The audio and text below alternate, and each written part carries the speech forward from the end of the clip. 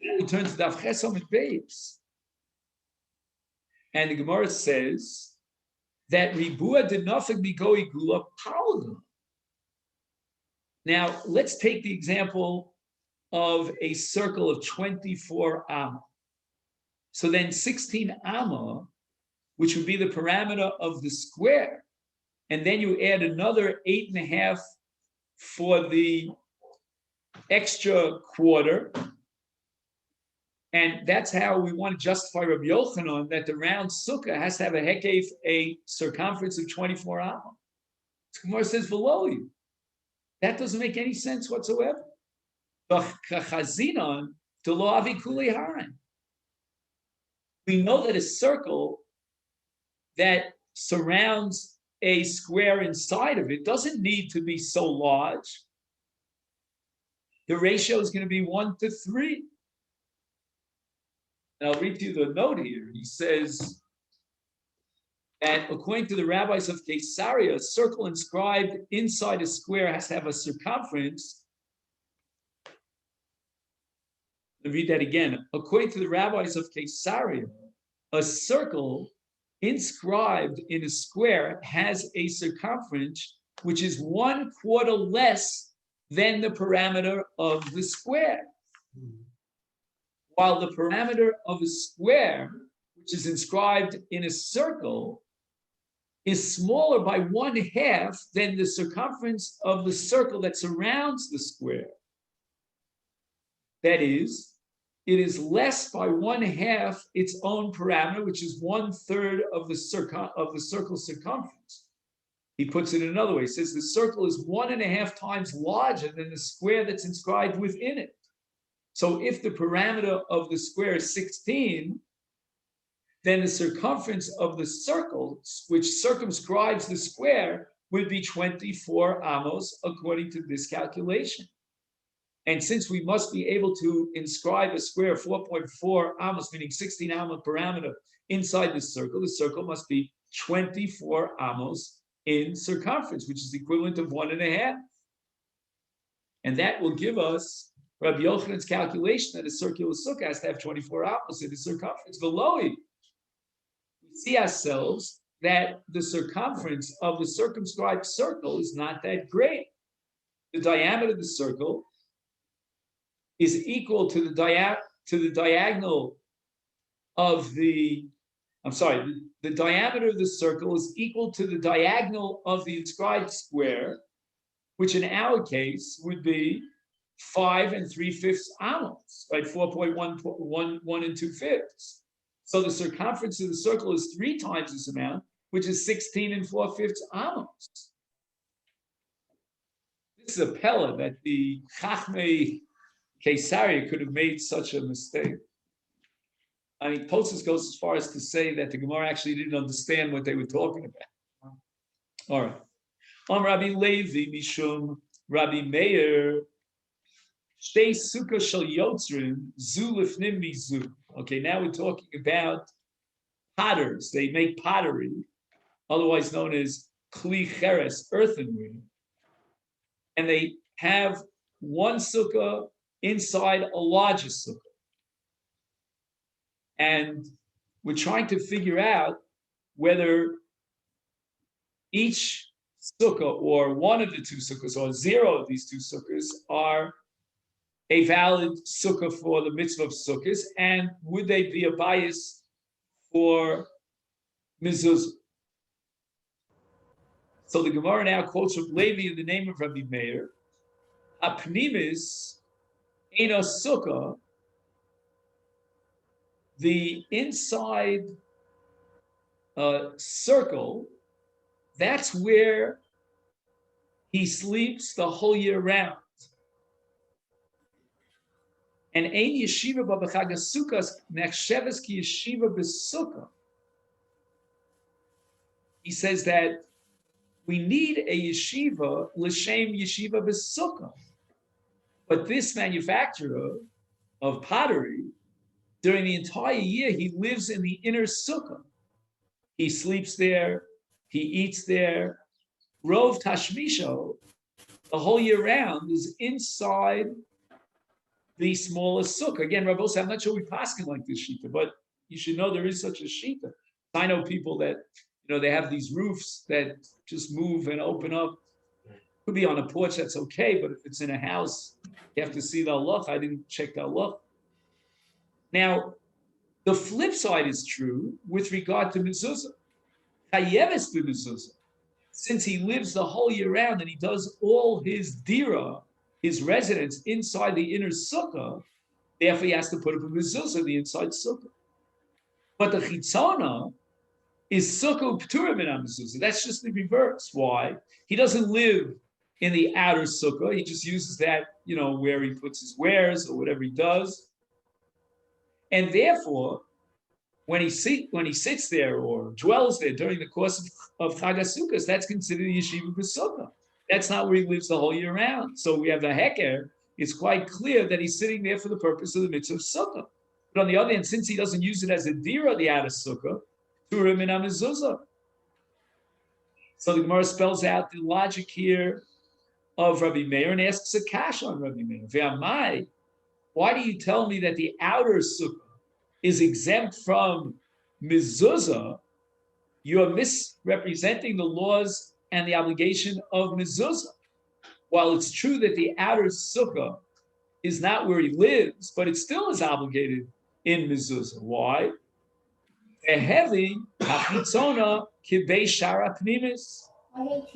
If a person owns a smaller sukkah,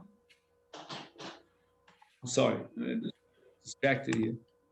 If a person owns a bias and he has a beis shar is like a little bit of an entranceway, a small house, in the very fancy palaces and so forth, they have little homes, houses, and you go in through that house to get into the main house. That's called a beis shar. So why shouldn't the outer sukkah be defined and classified as a beis shar? In which case a beis shar is chayiv in mezuzah. The Gemara answers, mishum delo kviyah. When do we say that a beis shar is chayiv in mezuzah? That only applies when you have an absolute kviyus in your bias, and now in a sense you expand your bias to include a beis shar.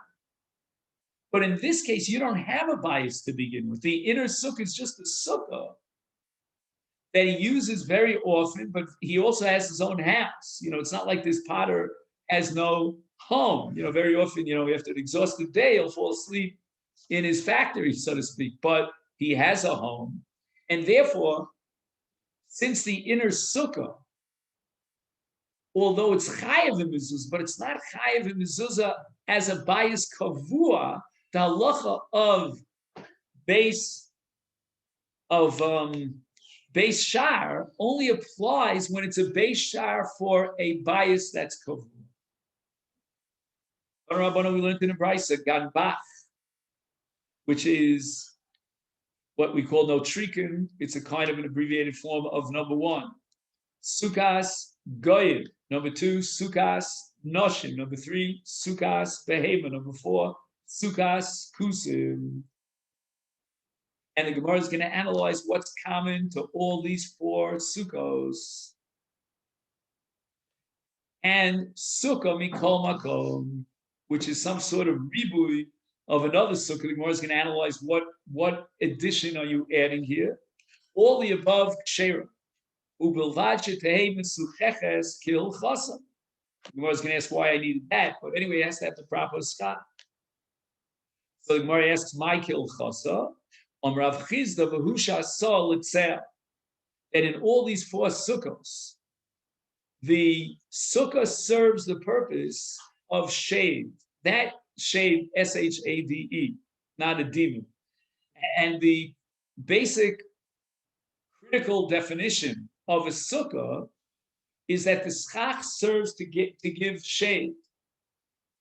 So we have to be sure that in all these four cases of a ganbach, the purpose of the sukkah is for shade. You could have other purposes. Let's say, for example, privacy, or perhaps protection against enemies and so forth. So that's not a sukkah. The schach has to be l'shem tzel. Then it says Sukkah Mikol Makom Shera Asuye Mai. What is that coming to include? And now we're going to get to another four sukkahs that are even on a lower level, and that's called Rak Bash. And what does Rak Bash stand for? Rashi Tevis. On Rabbanan Sukkahs Rak Bash, number one, Sukkahs Roim. So we're talking about shepherds out in the fields, and when it's very hot, they set up a little booth, and that's where they sit and watch the flock, the sheep. Then we have number two is the kuf is Sukkahs Kaitzim. So kaitzim are what's called shomrei ktzios. That means what they used to do is after they cut the figs, they used to spread them out on the surface of the field, and then the sun would beat down and dry them. And there was shomrim. They hired security people to make sure that no one would walk away with all these undried natural figs. Sukkahs burgenin.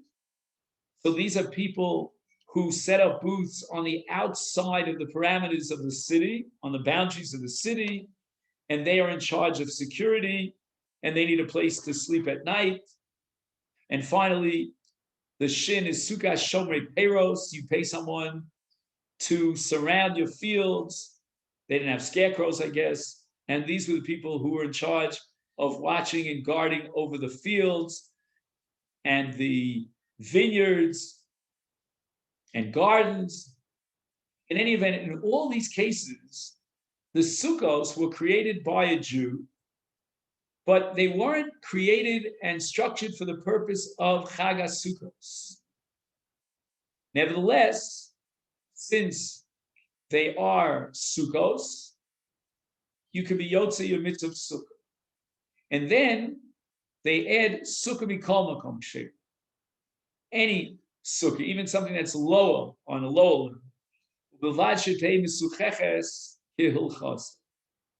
My kilchasa, Amar Rav Chizda, as we saw earlier, who shasa'a litzer. The tzach was put up for the purpose of sheir. Sukkah mikol makom lasuye mai.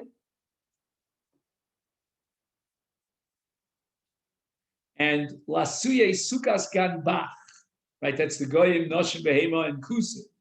That even those sukkahs are ksher. So there are two brises over here. Let's just summarize. One brisa starts with sukas ganbach and adds sukkah mikol makom to include a lower level of sukkah, which is called sukas rakbash.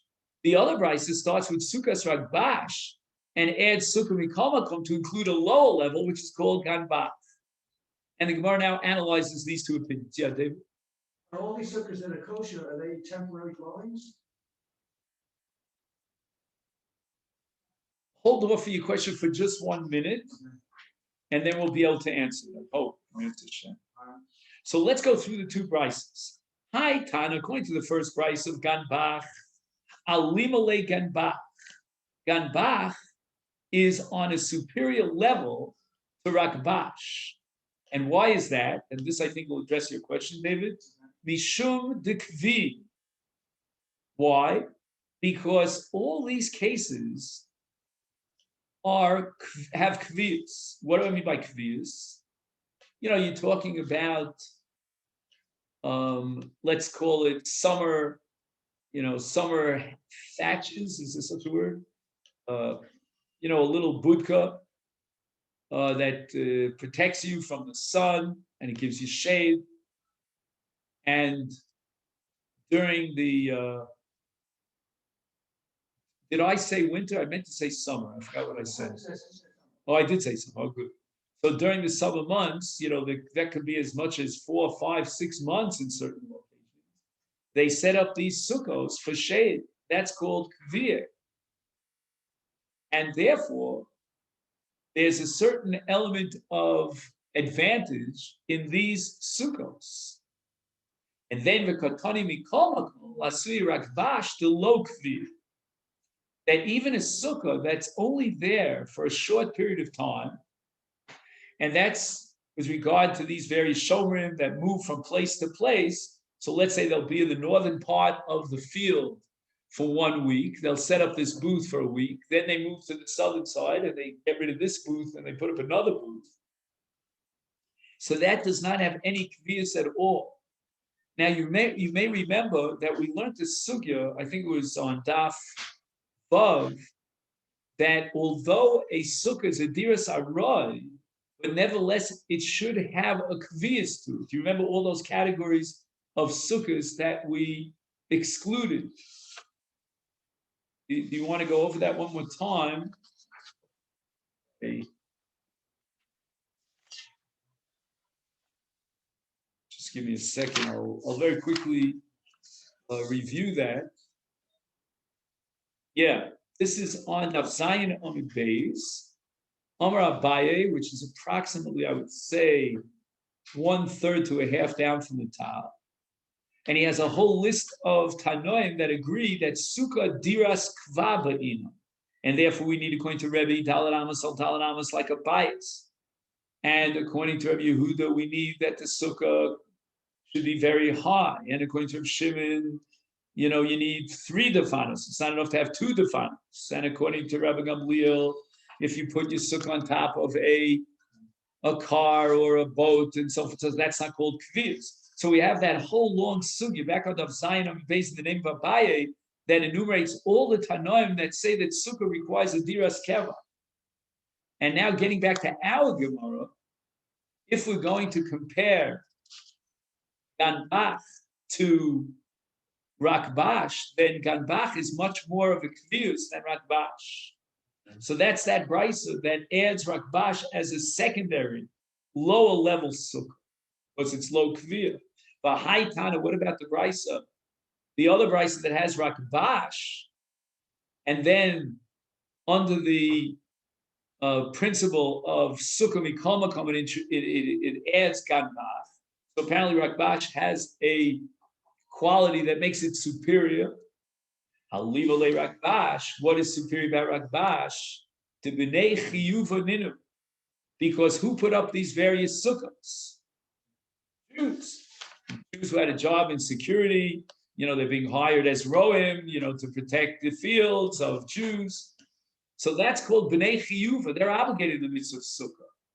But now v'tanami kol makom lasuye ganbach. Who created the sukkah of ganbach? It was either a guy or it was a woman. A woman is not obligated in the mitzvah of sukkah, and a guy for sure is not obligated in the mitzvah of sukkah. And even a kusi, we are now holding that a kusi is not considered a Jew. And in the footnote he writes, "Kusim hem goyim shehevi melech Ashur mikusa." Mishara Ratzah, so Shiva Bi'ari Shamron, and this is all recorded in Malachim Bey's Perek Yud Zayin. This Gairu, they had some sort of flimsy conversion, the Yiras Harayos. They were afraid of lions that were going to attack them. And the Gemara Kiddushin records machlokas about the status of Kusim, and our Gemara here assumes that Kusim are Goyim, and Geirei Arayos is not considered a valid Geir, so they never really converted. So these are called Sukkahs Ganbach, Dilav B'nei Chiyuvin. And the Tana wants to tell me a big chiddush that even though the person who put up the schach and the sukkah was not obligated in the midst of sukkah, as long as he did so for the purpose of tzel, to create shade and protect one from the beating hot sun, it's considered a sukkah and it's valid. And this is where we're going to stop for today. And as I mentioned earlier, tomorrow, Mitzvah Shem, 10:50 on Zoom. Wishing everyone a great day. Thank you.